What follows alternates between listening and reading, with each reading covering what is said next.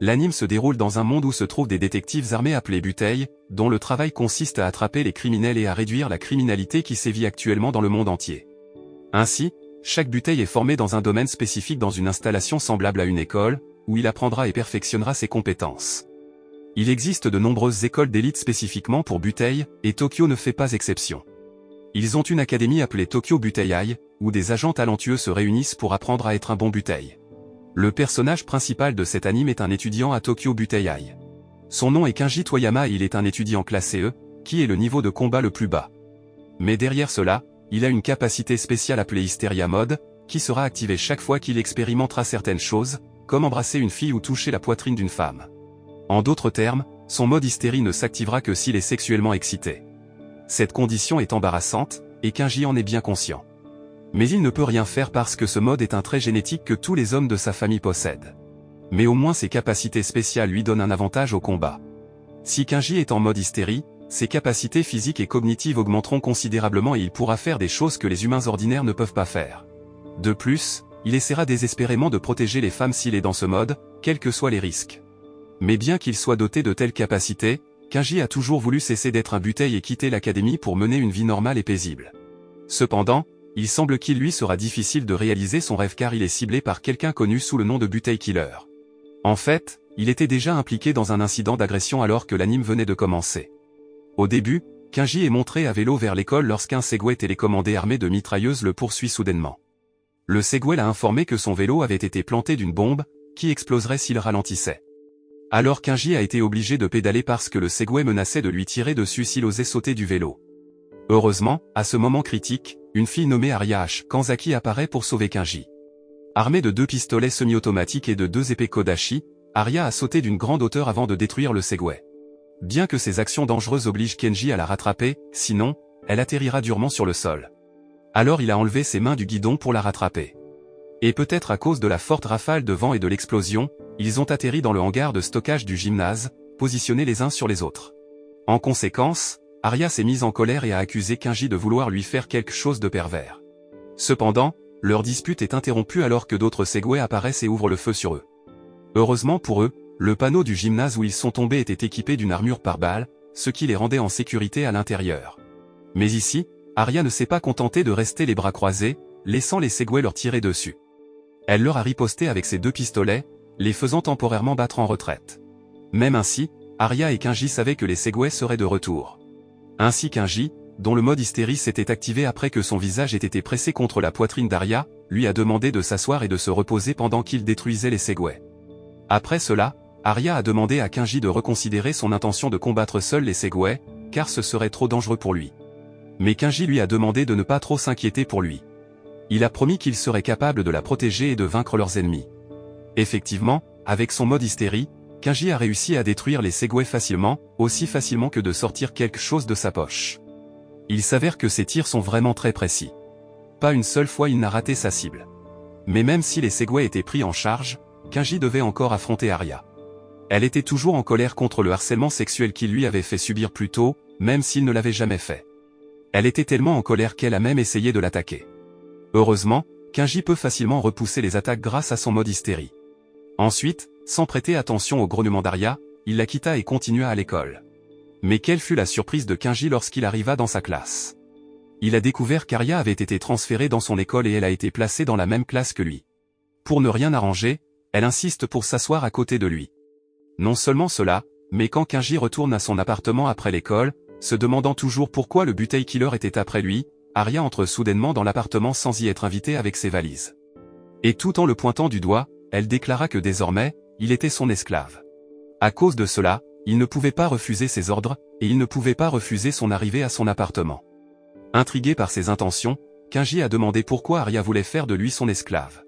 Elle a expliqué qu'elle voulait qu'il rejoigne son parti Butey pour faire des missions ensemble. C'est pourquoi elle a d'abord voulu faire de lui son esclave, il ne pouvait donc pas refuser son offre. Mais bien sûr, Kenji refuse l'offre de rejoindre Aria, considérant qu'il a l'intention de cesser d'être un Butey et de quitter l'académie. Il a également refusé quand Aria a dit qu'elle voulait vivre avec lui dans son appartement. En conséquence, ils ont eu une grosse dispute, qui n'a pris fin que lorsque Kenji est sorti pour calmer son esprit. Peu de temps après, Kenji est retourné dans son appartement. À ce moment, il devina qu'Aria devait déjà être partie. Mais son hypothèse était fausse. Elle prenait maintenant un bain dans sa salle de bain comme si elle était dans sa propre maison. Alors que Kenji ne sait pas quoi faire avec Arya, son ami d'enfance Shirayuki Otoji vient lui rendre visite. Et comme la plupart des amis d'enfance dans l'anime, Shirayuki a le béguin pour Kenji et est jaloux de toute fille qui l'approche. Savoir qu'elle viendrait a certainement fait paniquer Kenji. Parce qu'il ne voulait pas que Shirayuki sache qu'une fille prenait un bain dans son appartement, il ferma précipitamment la porte d'entrée et lui demanda de partir. Avec Shirayuki parti, Kenji doit réfléchir à la façon de chasser Arya de son appartement. Peu de temps après, il a essayé de voler ses pistolets et ses épées, mais Arya l'a attrapé alors qu'il était sur le point de le faire. Alors en guise de punition, Arya l'a battu et l'a forcé à la laisser vivre là-bas. Et ainsi, ils ont commencé à vivre ensemble.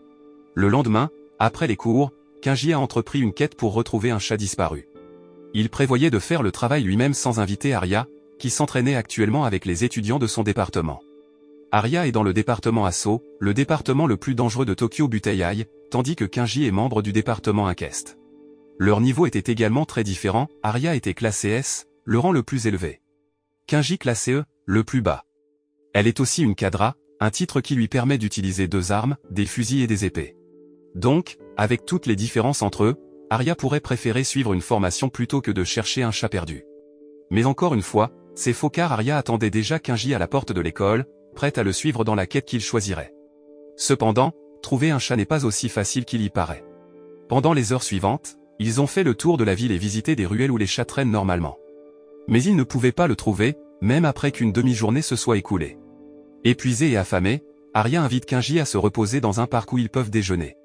Mais apparemment, le parc était un endroit populaire pour les couples à ce jour, ce qui dérangeait Arya. Parce qu'elle déteste le plus l'amour et les rencontres. Après avoir mangé, Kenji a finalement trouvé le chat disparu et a terminé sa quête. Mais comme il est toujours curieux d'Arya, en particulier de ses antécédents, il rencontre sa camarade de classe, Riko Min, qui, malgré le fait que les élèves la considèrent comme la plus grande idiote de leur classe, a un talent pour la collecte de renseignements. Ensuite, Kenji demande à Riko de lui donner des informations sur Arya. Et en retour, il donne à Riko certains de ses animes préférés. En entendant cela, Riko a accepté avec joie l'échange, alors elle a commencé à lui dire tout ce qu'elle savait sur Arya, y compris qu'elle était de sang royal et comment elle était une Butei en Europe. Alors armé de cette information, Kenji s'est moqué d'Arya dès son retour à la maison, l'appelant la fille d'un noble très soucieux des apparences. Mais son ridicule a ému son cœur parce que Kenji a pris le temps d'enquêter sur ses antécédents. Alors Arya lui a de nouveau demandé de rejoindre le département Asso et de coopérer avec elle. Elle l'a même coincé au point qu'il est presque passé en mode hystérie. En fin de compte, la coercition d'Arya a réussi.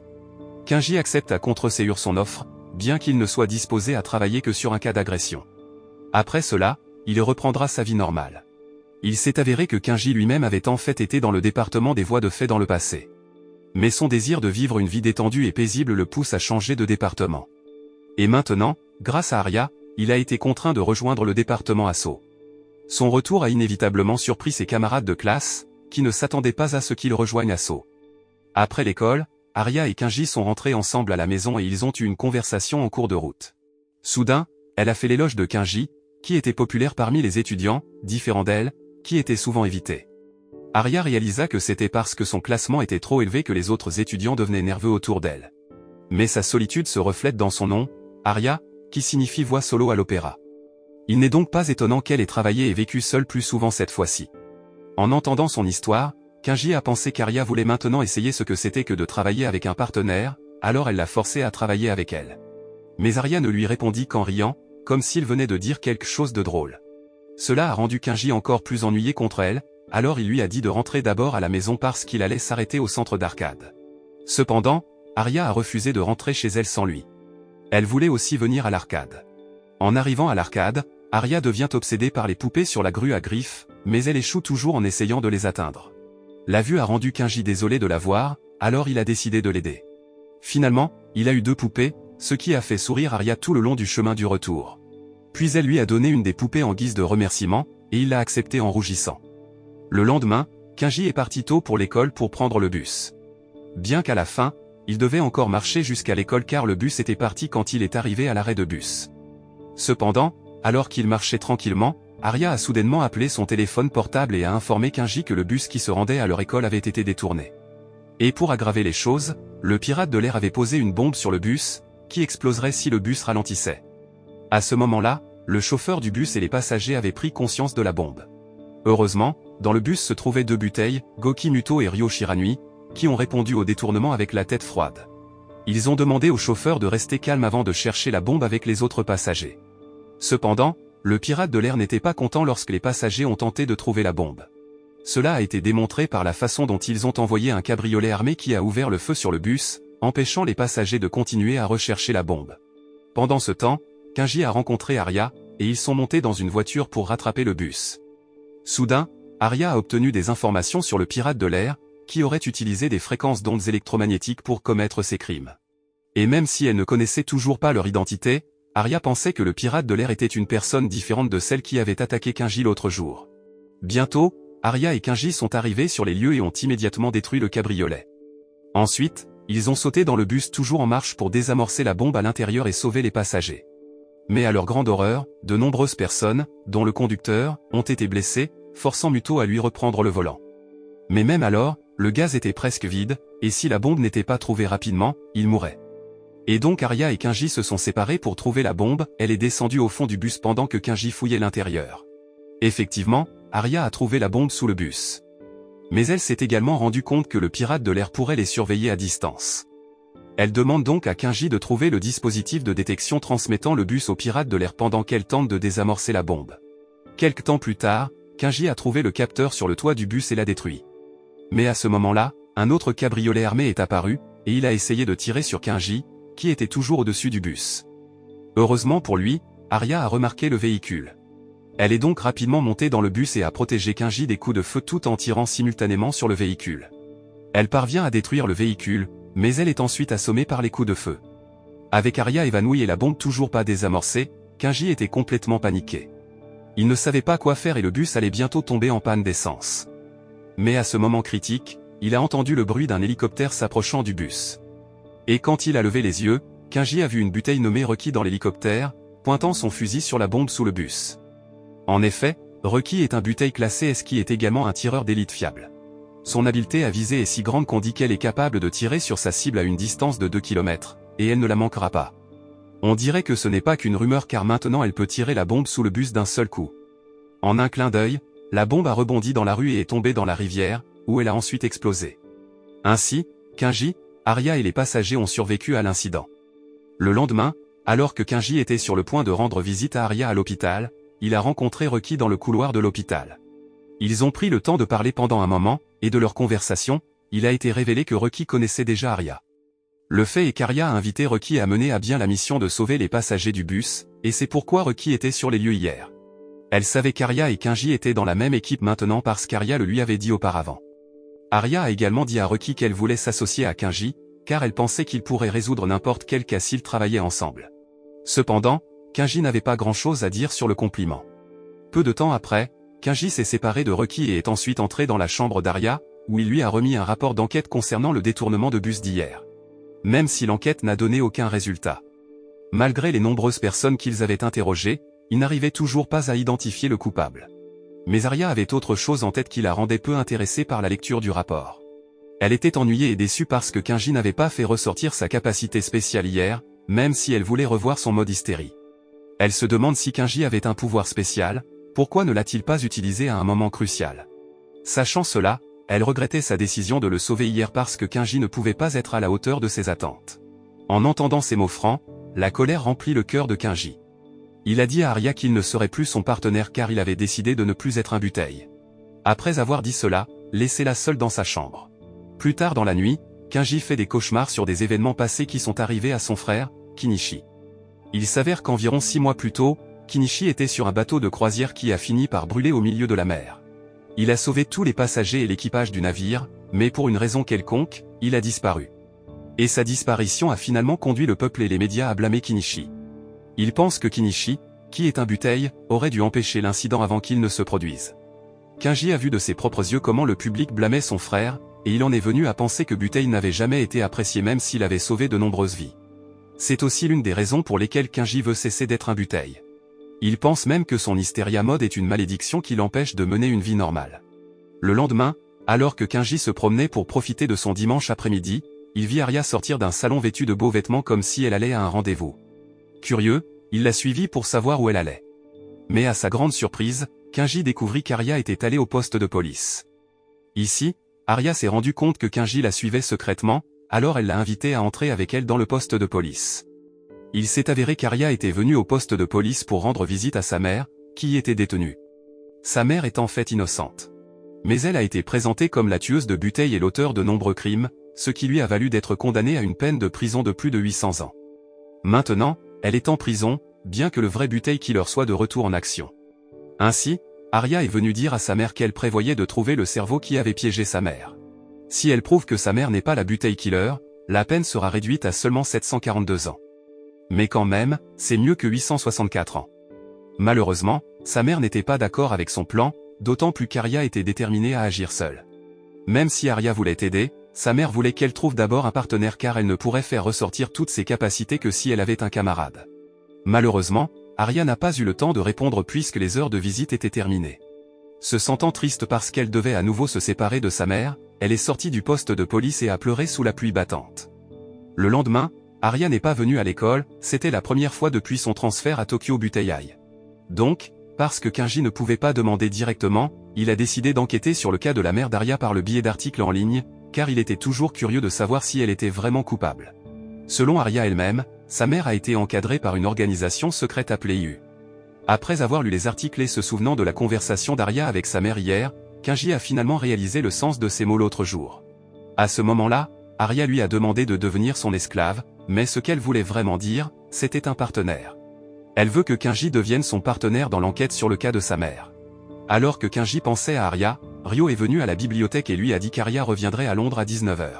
Puisqu'il était l'ancien partenaire d'Arya, Ryo pensait que Kenji devait le savoir. Donc s'il voulait lui dire au revoir, il ferait mieux de se rendre à l'aéroport de Haneda ce soir. Plus tard dans la journée, Riko a contacté Kenji et lui a demandé de se rencontrer dans un lieu de karaoké. Mais apparemment, elle ne l'a pas invité pour qu'ils puissent chanter ensemble là-bas. Au lieu de cela, elle a révélé à Kenji que son frère était mort dans l'incident du détournement du navire. Et la personne derrière le détournement du navire n'est autre que Butey Killer. Inutile de dire que Kenji était en colère d'entendre cette théorie. Mais dans ce genre d'ambiance, Riko a plutôt choisi de monter sur ses genoux et de commencer à le séduire, provoquant l'activation du mode hystérie de Kenji. Et avec ses compétences analytiques augmentant maintenant rapidement, Kenji pouvait en quelque sorte en déduire que l'avion sur lequel Arya allait se trouver serait détourné par le Butey Killer. Par conséquent, Kenji s'est précipité à l'aéroport, est monté à bord de l'avion et a demandé au pilote d'interrompre le vol mais le pilote a refusé ses ordres, malgré son statut de Butey. Ainsi, le vol se poursuivra même s'il est possible que l'avion ait été ciblé par des pirates de l'air. À cause de cela, Kenji doit inévitablement trouver un autre moyen d'arrêter le pirate de l'air. Peu de temps après, Kenji a rencontré Arya et a expliqué le danger qui se produirait. Il a dit que c'était une chance pour eux de résoudre leur premier cas d'agression ensemble, alors il a demandé à Arya de le laisser redevenir son partenaire. De plus, il est possible que le pirate de l'air soit le Butey Killer. Peu de temps après, le tueur de Butey a annoncé par haut-parleur qu'il avait détourné l'avion. Et ainsi, ils sont allés sur le pont pour vérifier si le Butey Killer était à bord. Effectivement, Butey Killer était à bord de cet avion. Mais Arya et Kenji ne s'attendaient pas à ce que le Butey Killer soit Riko, qui s'est avéré porter le vrai nom de Riko Min Lupin IV, et elle est une descendante d'Arsène Lupin. Mais les surprises ne se sont pas arrêtées là. Riko admet juste devant Arya et Kenji qu'elle est la Butey Killer, le cerveau derrière tous les détournements récents, y compris le détournement du bateau de croisière qui a tué le frère de Kenji. Riko a fait ça parce qu'elle était après Arya, la 4e Holmes. Ainsi, Arya est une descendante de Sherlock Holmes, nul autre que le rival d'Arsène Lupin. Il y a 100 ans, leur arrière-grand-père a été impliqué dans un combat qui s'est soldé par un match nul. Par conséquent, maintenant, elle veut battre Arya pour surpasser son arrière-grand-père. Il s'est avéré que le défi a été accepté par Arya, qui a immédiatement attaqué Riko avec son arme. Ils se sont battus férocement pendant les minutes suivantes, et même s'ils étaient tous les deux cadras, à la fin, Riko avait le dessus sur Arya. Elle a même réussi à tirer sur Arya dans sa poitrine, ce qui l'a assommée. Avant que Riko ne puisse finir Arya, Kenji a réagi rapidement en la sauvant et en la transportant en lieu sûr. Là, il lui a donné les premiers soins, et avant qu'elle ne reprenne conscience. Mais au lieu de se reposer, la première chose qu'Arya a faite quand elle s'est réveillée a été de récupérer ses armes. Elle s'est rendue compte que Riko l'avait battue, la mettant très en colère. Arya a juré qu'elle battrait Riko au poing, même si dans le combat plus tôt, il était évident qu'elle avait mal perdu contre Riko. Kenji savait également qu'il serait impossible pour Arya de gagner même si elle était en pleine forme. Alors il essaya de la calmer en l'embrassant. Et qui aurait pensé que sa décision de l'embrasser était si efficace? Soudain, elle a repris conscience, tandis qu'au même moment, le mode hystérie de Kenji s'est réveillé. Ensuite, ils conviennent tous les deux que travailler ensemble est le seul moyen d'arrêter Riko. Pendant ce temps, la nouvelle du détournement d'avion a atteint les camarades de classe d'Arya et de Kenji, qui sont actuellement encore réunis à l'école. Ryo et Muto savaient tous deux qu'Arya et Kenji étaient dans l'avion, alors ils étaient déterminés à essayer de sauver leurs amis quoi qu'il arrive. La scène revient à l'avion, où Kenji et Arya acceptent de se partager le travail. Ensuite, Kenji a dit qu'il essaierait de maîtriser Riko pendant qu'Arya contrôlerait l'avion qui commençait à atterrir. Après avoir cherché, Kenji a réussi à trouver Riko, qui semblait très calme malgré la situation. Et au lieu de le combattre, elle a choisi de s'échapper en utilisant un parachute. Parce qu'elle savait que l'avion serait bientôt touché par des missiles. Peu de temps après, les missiles sont arrivés et ont touché l'avion, endommageant deux des moteurs et provoquant une fuite de carburant. L'explosion a blessé Kenji, mais il pouvait toujours bouger et rencontrer Arya dans le cockpit. Après cela, à l'aide d'un téléphone satellite, il a contacté Muto pour le mettre au courant de la situation et demander de l'aide, car il savait que Muto était un geek des transports. En réponse, Muto a ordonné à Kenji d'atterrir l'avion à un point où Muto installerait un phare d'atterrissage d'urgence. Heureusement, leurs efforts se sont soldés par un grand succès. Kenji et Arya ont réussi à faire atterrir l'avion en toute sécurité. Quelques jours plus tard, Arya a découvert qu'il y avait une chance que la peine de sa mère soit réduite grâce au détournement d'avion. Cet incident peut prouver que le vrai tueur de Butey est toujours en liberté, alors que sa mère n'est qu'une victime de calomnie. Mais quel que soit le sort de sa mère, Arya retournera quand même en Angleterre, d'autant plus que Kenji refuse de continuer à être sa partenaire. Cependant, après quelques instants de réflexion, Kenji a soudainement changé d'avis. Alors il s'en est pris à Arya sans perdre de temps. Mais malheureusement, il est arrivé en retard car l'hélicoptère privé dans lequel elle se trouvait avait décollé. À ce moment, Kenji n'abandonnait toujours pas. Il n'arrêtait pas de crier le nom d'Arya, la suppliant de ne pas le quitter car il acceptait d'être son partenaire. Et à sa grande surprise, Arya a sauté de l'hélicoptère. Elle était heureuse que Kenji veuille enfin la rejoindre. Donc, avec cela, Arya est retournée à l'appartement de Kenji, où ils vivraient à nouveau ensemble. En entendant cela, Shirayuki n'était pas content de les voir vivre ensemble et devenir partenaires. Alors, quand elle a vu Arya dans l'appartement de Kenji, elle a immédiatement tiré son épée et s'est jetée sur Arya, dans l'intention de la tuer. Ainsi commence un duel entre eux, qui se bat pour Kenji. Cependant, le duel a duré très peu. Arya réalisa que Shirayuki était un Shotei, le type de Butey avec des pouvoirs d'esper. Actuellement, Shirayuki est en effet étudiante au lycée Butey, où elle s'inscrit au département SSR, un département spécial qui étudie les pouvoirs paranormaux et formes Shotei. Mais derrière tout cela, Shirayuki est une Miko armée, selon la tradition de sa famille. Son sanctuaire familial n'est pas loin de la maison de la famille Kenji, ce qui en fait des amis proches depuis qu'ils sont petits. Et en tant qu'amie d'enfance prête à tout pour Kenji, elle ne veut pas non plus qu'une autre fille l'approche, encore moins vivre sous le même toit. Donc, en d'autres termes, Shirayuki est un type de fille yandere. Pendant ce temps, Arya elle-même a réalisé que Shirayuki aurait pu la tuer par jalousie. Elle a donc expliqué à Shirayuki que Kenji et elle n'avaient pas de relation spéciale. C'est pourquoi Shirayuki n'avait pas besoin d'être jaloux ou quoi que ce soit. Le lendemain, le professeur principal annonce aux élèves que l'Olympiade de Butey, ou Adsird comme on l'appelle, aura bientôt lieu. Kenji, qui n'est qu'un Butey de rang E, décide de ne pas participer à l'événement, tandis qu'Arya choisit de participer au sein de l'équipe d'encouragement. Mais même si elle sera occupée à s'entraîner avec l'équipe de cheerleading, elle prendra le temps d'entraîner Kenji afin qu'il puisse contrôler plus facilement son mode hystérie.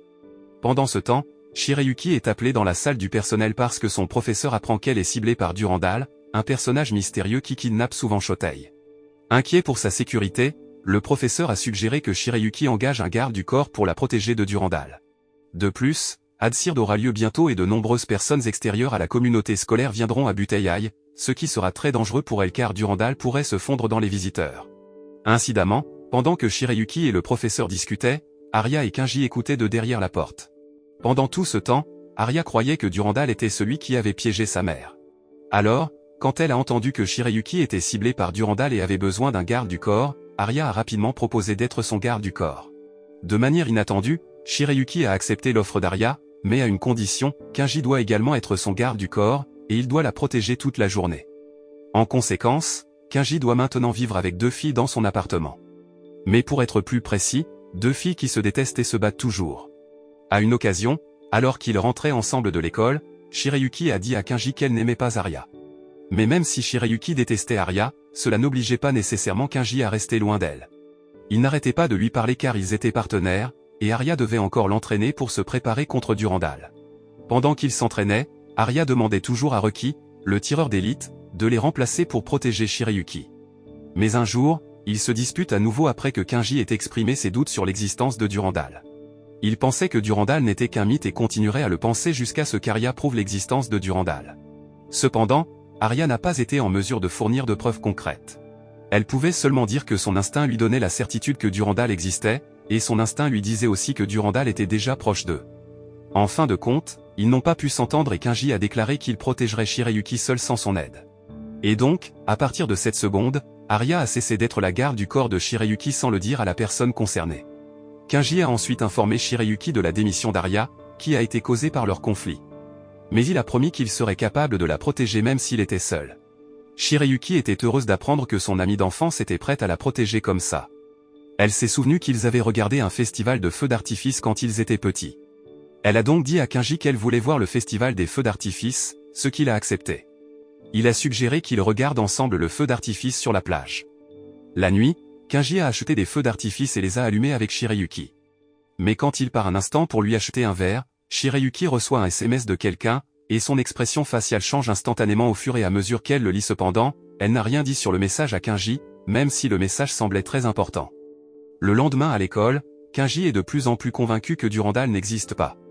Il a donc demandé à Shirayuki la permission de faire une pause dans ses fonctions de garde du corps, estimant qu'il devait aider Muto. Mais c'est une grosse erreur qu'il a commise. Peu de temps après, le professeur est venu dire à Kinji que Shirayuki avait disparu. Pris de panique, il se mit à la chercher partout, mais elle était introuvable. C'est à ce moment qu'il a commencé à regretter de ne pas avoir fait confiance à Arya car Durandal aurait pu kidnapper Shirayuki. Si seulement il avait fait confiance à l'intuition d'Arya, Kinji aurait pu empêcher Durandal. Heureusement, Kinji a un ami fiable comme Ruki. Le tireur d'élite avait vu Shirayuki entrer dans un entrepôt, et elle l'en a immédiatement informé. Effectivement, Shirayuki parlait à Durandal dans le sous-sol de l'entrepôt. Ici, il est révélé que le SMS qu'elle a reçu hier provenait de Durandal, qui voulait la persuader de les rejoindre. Cependant, Kinji ne laisserait certainement pas cela se produire, alors il a sauté pour sauver Shirayuki. Mais Durandal était étonnamment redoutable. Ils n'ont eu qu'un peu d'espoir après l'arrivée d'Arya. Elle affirme avec confiance qu'elle vaincra Durandal, car elle a tout appris sur lui. Elle connaissait même toutes les tactiques qu'il utilisait. Réalisant qu'il serait difficile de vaincre deux adversaires à la fois, Durandal s'enfuit après avoir inondé la pièce et enchaîné Shirayuki à un tuyau. À cette époque, c'était vraiment une mauvaise situation pour Arya, qui ne savait pas nager. Alors Kinji a suggéré qu'Arya s'en prenne à Durandal pendant qu'il essaie de libérer Shirayuki. Mais après un certain temps d'essai, Kinji ne peut toujours pas briser les chaînes qui lient Shirayuki. Pendant ce temps, l'eau a continué à monter jusqu'à presque remplir la pièce. N'ayant pas d'autre choix, il doit embrasser Shirayuki pour pouvoir entrer en mode hystérie. Et après cela, il pourrait la libérer. Soudain, l'eau qui inonda le sous-sol poussa Kinji et Shirayuki à l'étage et les sépara l'un de l'autre. À la fin, Kinji a retrouvé ses deux amis, même s'il ressentait quelque chose d'étrange à propos de Shirayuki.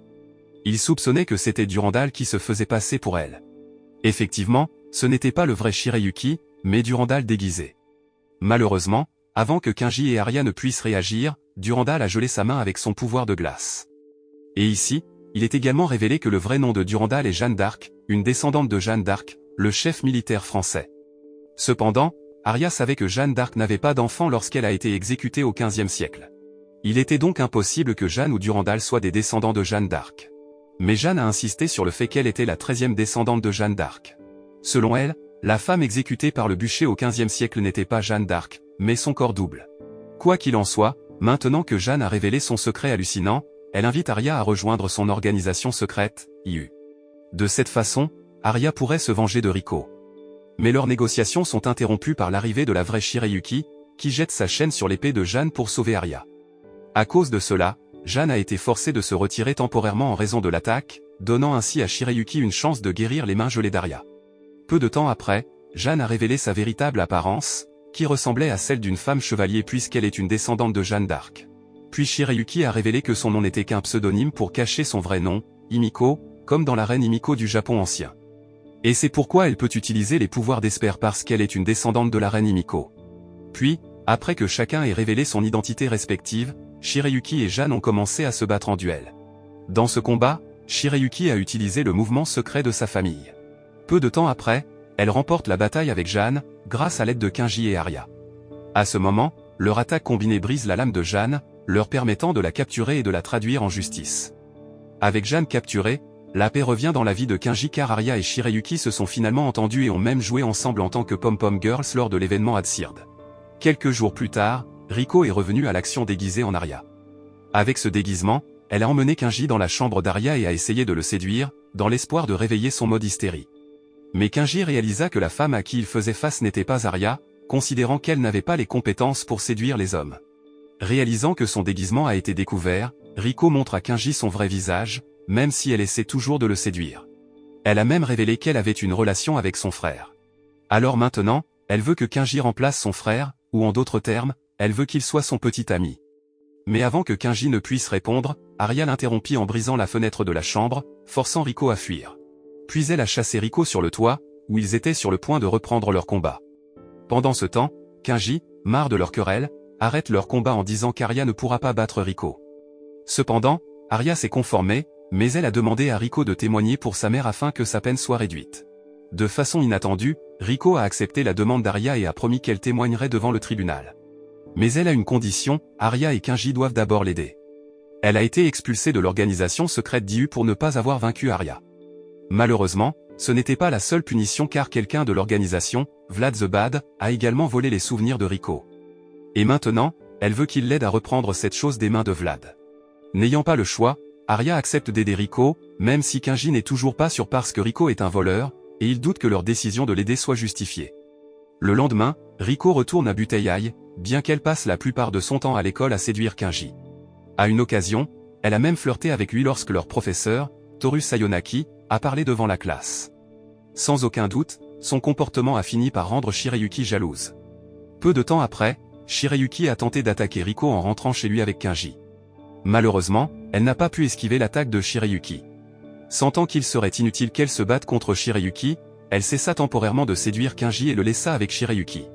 Dès que Riko est parti, Shirayuki a fait semblant d'être blessé pour que Kinji l'emmène dans la chambre de l'infirmière à l'école. Incidemment, la pièce était vide, ce qui leur permettait de parler librement sans se soucier d'être entendus par les autres. Et ainsi Shirayuki a commencé à parler. Elle dit à Kinji qu'elle devrait retourner au temple pendant un certain temps parce qu'elle a enfreint les règles lors de l'incident de Durandal. C'est pourquoi avant de partir, Shirayuki a voulu informer Kinji de sa prédiction, qui disait qu'il devrait bientôt affronter des démons, des fantômes et des loups. Cependant, Kinji n'a pas tenu compte de l'avertissement. Dans son cœur, il pensait avoir rencontré ces trois créatures. L'un d'eux était maintenant devant lui. Le lendemain, Kinji et Arya rencontrent Riko pour discuter des plans de leur mission. Ici, Riko explique qu'ils vont s'infiltrer dans le manoir de Vlad, situé à la périphérie de Yokohama, pour reprendre son chapelet qu'elle a reçu de sa défunte mère. Il s'est avéré que l'objet de sa cible se trouvait dans un coffre-fort conservé dans le sous-sol du manoir. Cependant, comme Riko n'a pas de plan d'étage pour le donjon, elle n'est pas sûre de pouvoir accomplir cette mission seule. C'est pourquoi elle a besoin de l'aide d'Arya et Kinji. Et elle a également dit qu'ils n'attaqueraient pas le manoir de front. Au lieu de cela, elle suggère qu'ils se déguisent en servante et majordome. En entendant cela, Arya n'était pas d'accord avec l'idée car elle était trop gênée pour porter une tenue de femme de chambre. Mais à la fin, elle a cédé, estimant que Riko témoignerait devant le tribunal pour sa mère. Si elle refuse, Riko pourrait ne pas vouloir témoigner. Et ainsi, ce jour-là, Arya et Kinji ont commencé à pratiquer le rôle de servante et de majordome dans leur propre tenue. Le lendemain, Riko demande à Kinji de la rencontrer à l'infirmerie de l'école, arguant qu'elle a quelque chose à leur dire. Ensuite, Kinji a accepté de se rencontrer, mais lorsqu'il a traversé la salle de musique, il a trouvé quelqu'un qu'il ne s'attendait pas à trouver dans la pièce. C'était Jeanne, qui ne portait plus une armure de chevalier, mais un uniforme d'étudiant. Il s'est avéré qu'elle n'a reçu aucune punition après son arrestation. Comme condition pour sa négociation de peine, elle doit être envoyée à Tokyo Buteyai et y devenir étudiante. Et même si Jeanne vient d'entrer à l'école, elle sait déjà que Kinji, Arya et Riko vont s'infiltrer dans la résidence de Vlad, qui est la deuxième personne de l'organisation d'IU. Elle savait aussi que Riko et Vlad avaient une histoire dans le passé. Sur la base des connaissances de Jeanne, après que Riko ait perdu ses parents, elle a été emmenée par Vlad dans son manoir. Vlad prétend être son parent, mais il la traite mal. Il l'a enfermée dans une cellule souterraine pendant des années, période pendant laquelle elle a reçu peu de nourriture et des vêtements miteux. Il avait le cœur de le faire parce qu'il n'était pas un humain mais un démon. Mais Jeanne a des informations utiles qui peuvent aider Kinji à vaincre Vlad, l'ennemi juré du clan. À l'aide d'un mauvais croquis, elle explique que Vlad a 4 points faibles dans son corps qui doivent être détruits si Kinji veut le vaincre. Cependant, Jeanne ne connaît que 3 des 4 points faibles, alors qu'Inji et les autres doivent trouver le reste. Fort de cette information, Kinji quitta Jeanne et continua jusqu'à l'infirmerie. Mais là, il a rencontré Muto, qu'il a tiré à la hâte dans un casier. Il s'est avéré qu'à cette époque, les filles de l'école allaient subir un examen physique à l'infirmerie, et Muto avait prévu d'y jeter un coup d'œil. Effectivement, quelques secondes plus tard, Arya, Riko et quelques autres filles sont entrées dans la pièce et ont commencé à se déshabiller, activant le mode hystérie de Kinji. Mais alors un grand loup blanc a soudainement fait irruption par la fenêtre. On ne savait pas pourquoi le loup était venu à l'école, mais il s'est enfui aussi vite qu'il est apparu. Voyant que le loup s'enfuyait, Arya ordonna à Kinji et requis de le chasser. Ils se sont donc lancés à leur poursuite sur des motos Muto. Quelques instants plus tard, la poursuite les mène à un bâtiment vide, alors ils élaborent un plan pour attraper le loup. Le plan était que Kinji entrerait dans le bâtiment et affronterait le loup tandis que Rocky chercherait des occasions de le tirer à distance. Heureusement, le plan a bien fonctionné. Cependant, Rocky a délibérément tiré ses balles pour qu'elle ne fasse qu'effleurer le loup et l'immobiliser. Puis elle s'est approchée du loup et en a fait son animal de compagnie. Pendant plusieurs jours après cela, Kinji et Arya ont continué à pratiquer leurs compétences de déguisement guidées par Riko. Puis, après qu'ils aient été prêts, Riko s'est déguisé en agent d'une agence de placement et les a emmenés au manoir de Vlad. Mais à leur grande surprise, ils trouvent leur professeur, Sayonaki, à l'intérieur du manoir. Ensuite, Sayonaki a expliqué que Vlad se rendait dans un endroit très éloigné et qu'il avait été chargé de s'occuper du manoir pendant son absence.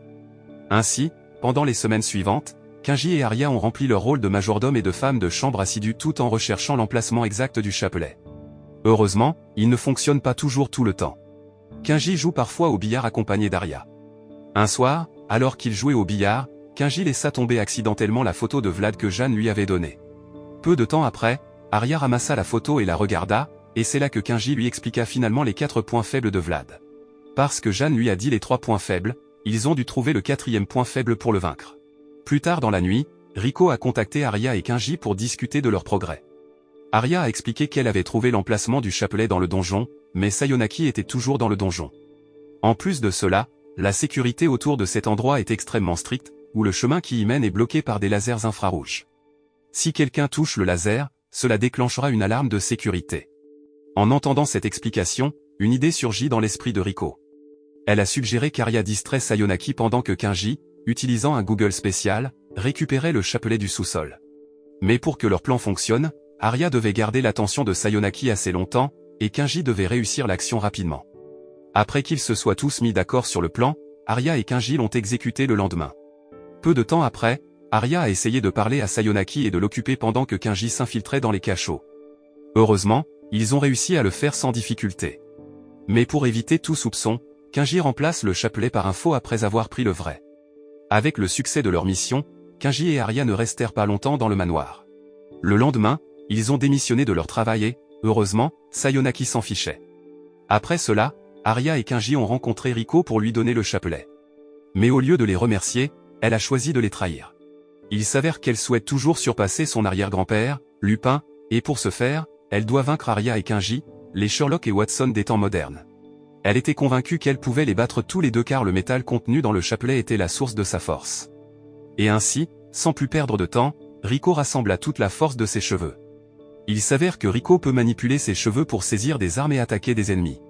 Mais avant qu'elle ne puisse attaquer Arya avec ses cheveux, Sayonaki apparaît soudainement avec une armée de loups, puis il choque Riko avec un tasé jusqu'à ce qu'elle s'évanouisse.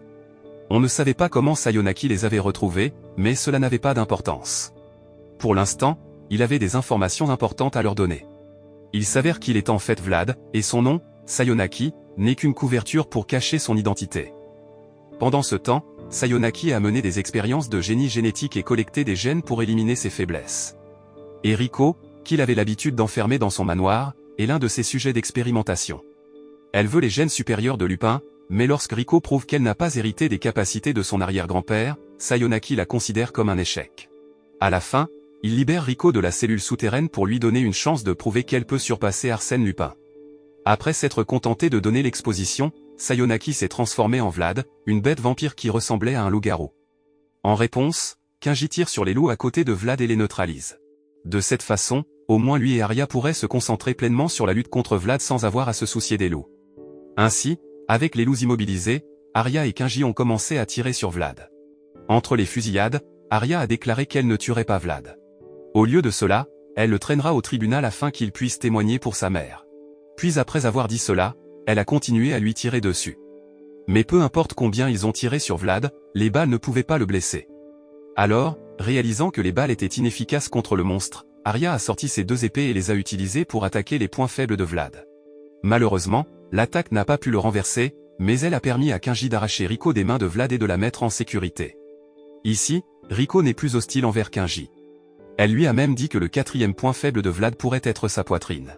En entendant cela, il a demandé à Rico d'attendre là-bas pendant qu'il retournait sur le lieu de la bataille et aider Arya. Lorsque Kinji est arrivé sur la zone de combat, il a immédiatement dit à Arya d'attaquer la poitrine de Vlad. Mais il s'avère que la supposition de Rico était fausse. La 4e faiblesse de Vlad n'était pas dans sa poitrine, et leurs attaques ne l'ont rendu que plus violent. À un moment donné de la bataille, Vlad pourrait même jeter Kinji du toit du bâtiment. Heureusement, Rico le sauve en utilisant son parachute. Tout en cherchant un endroit pour atterrir, elle a suggéré à Kinji de s'enfuir sans vaincre Vlad. Parce qu'il est trop fort pour eux, et Rico n'est pas sûr qu'ils aient ce qu'il faut pour le tuer. Quant à Arya, il n'avait pas besoin de lui dire. Il pourrait la laisser sur le toit et la laisser continuer à combattre Vlad. Cependant, Kinji a rejeté cette excellente idée. Il ne laisserait pas Arya seule parce qu'elle était sa partenaire, même si elle était ennuyeuse. En fait, Rico aurait dû les rejoindre pour combattre Vlad, qui la torturait depuis tout ce temps. Il lui a dit qu'elle aurait dû se venger de Vlad au lieu de s'enfuir. En entendant les paroles de Kinji, Rico réalisa qu'elle avait presque fait une erreur. Puis elle accepte de les aider à combattre Vlad. Et elle a une idée de comment leur faire gagner ce combat. Ainsi, Rico ramena Kinji sur le toit, où Arya combattait toujours Vlad. Sans plus tarder, elle traîna Arya vers Kinji, rapprochant sa tête de la poitrine d'Arya. Avec cela, son mode hystérie a été activé et sa puissance analytique a considérablement augmenté, permettant à Kinji de trouver le 4e point faible de Vlad, qui s'est avéré être sur sa langue. Kinji pouvait le dire parce que Vlad se couvrait toujours la bouche lorsqu'il se battait. On ne sait pas comment il pourrait savoir cela, étant donné que toutes les personnes normales doivent se couvrir la bouche lorsqu'elles sont occupées à se battre. Peu de temps après, Kinji a commencé à élaborer une stratégie pour pouvoir tirer sur le point faible de Vlad. Et la stratégie a fonctionné. Ils ont réussi à tuer Vlad avec leurs 4 balles restantes. Avec Vlad mort, Kinji essaie de convaincre Rico qu'elle a surpassé son arrière-grand-père parce qu'Arsène Lupin n'a jamais battu une bête vampire, un loup-garou ou quelque chose comme ça, alors elle l'a surpassé. En entendant cela, Rico est d'accord avec Kinji et tiendra sa promesse à Arya de témoigner au procès de sa mère. Après avoir dit cela, elle les a quittés en utilisant son parachute. D'un autre côté, Arya était très heureuse d'apprendre que sa mère serait bientôt libérée. Et avec cela, cet anime se termine.